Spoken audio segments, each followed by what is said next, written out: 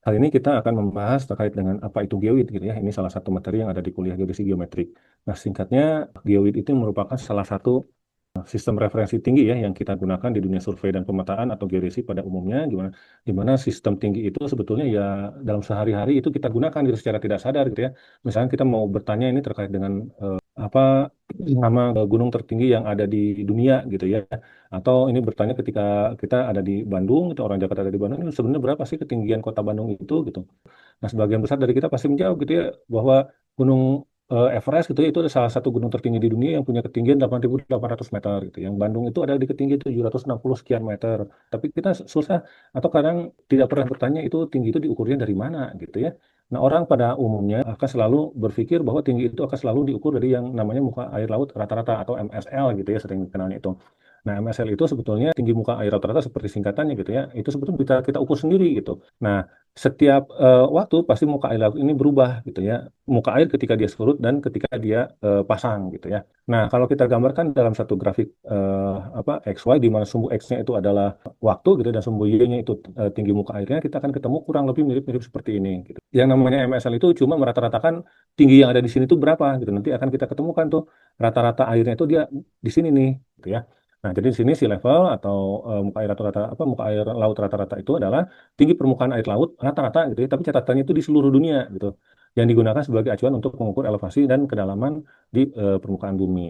Nah, tapi pertanyaan gini, gimana caranya kita tahu bahwa MSL di tengah benua itu atau di bawah Gunung Everest itu adalah 8.850 meter gitu ya. Nah, nah di gambar ini hanya sketsa di mana si MSL itu dianggap sebagai bidang rata.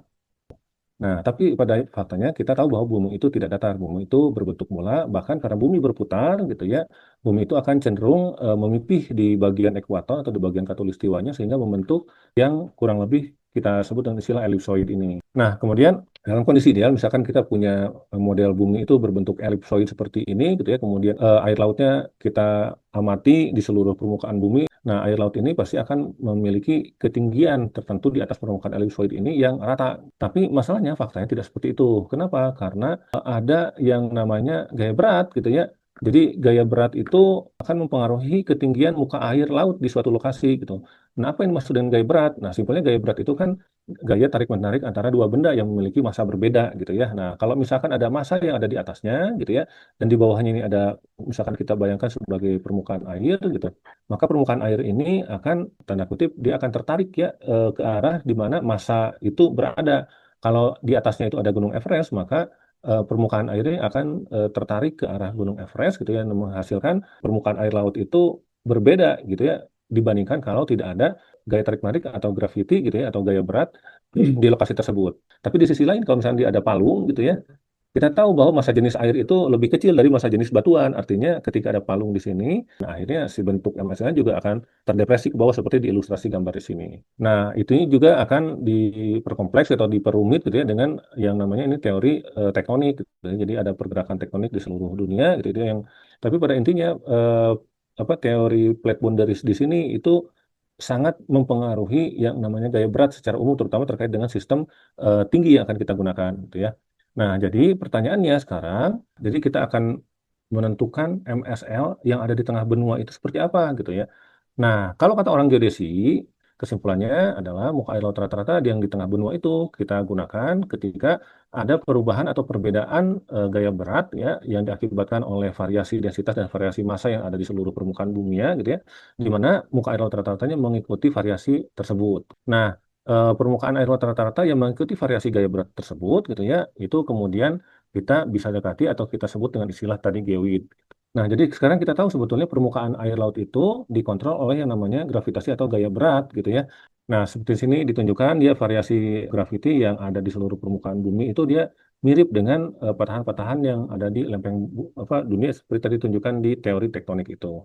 Jadi pada akhirnya memang sea level atau permukaan air laut itu adalah permukaan fisik gitu yang di mana dia tidak murni bentuknya itu geometris sederhana seperti bisa kita nyatakan dalam pernyataan matematis sederhana seperti lingkaran atau elipsoid. Jadi geoid itu merupakan bidang ekuipotensial. Ekuipotensial itu adalah permukaan yang memiliki potensial atau memiliki gaya berat yang sama. Di mana gaya berat ini gitu ya diukur di permukaan air laut rata-rata dalam kondisi ideal.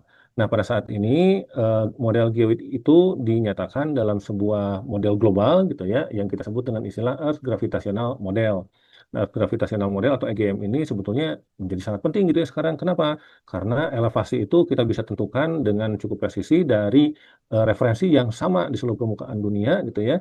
Dan elevasi atau permukaan elevasi ini kita gunakan juga di teknologi GNSS atau GPS gitu, sehingga itu akan menunjukkan berapa ketinggian kita yang sesungguhnya dari permukaan air laut kurang lebih gitu ya. Nah, singkatnya seperti itu yang dimaksud dengan geoid gitu ya. Maka kalau misalkan ada yang ingin ditanyakan, kita bisa lanjut ke sesi diskusi.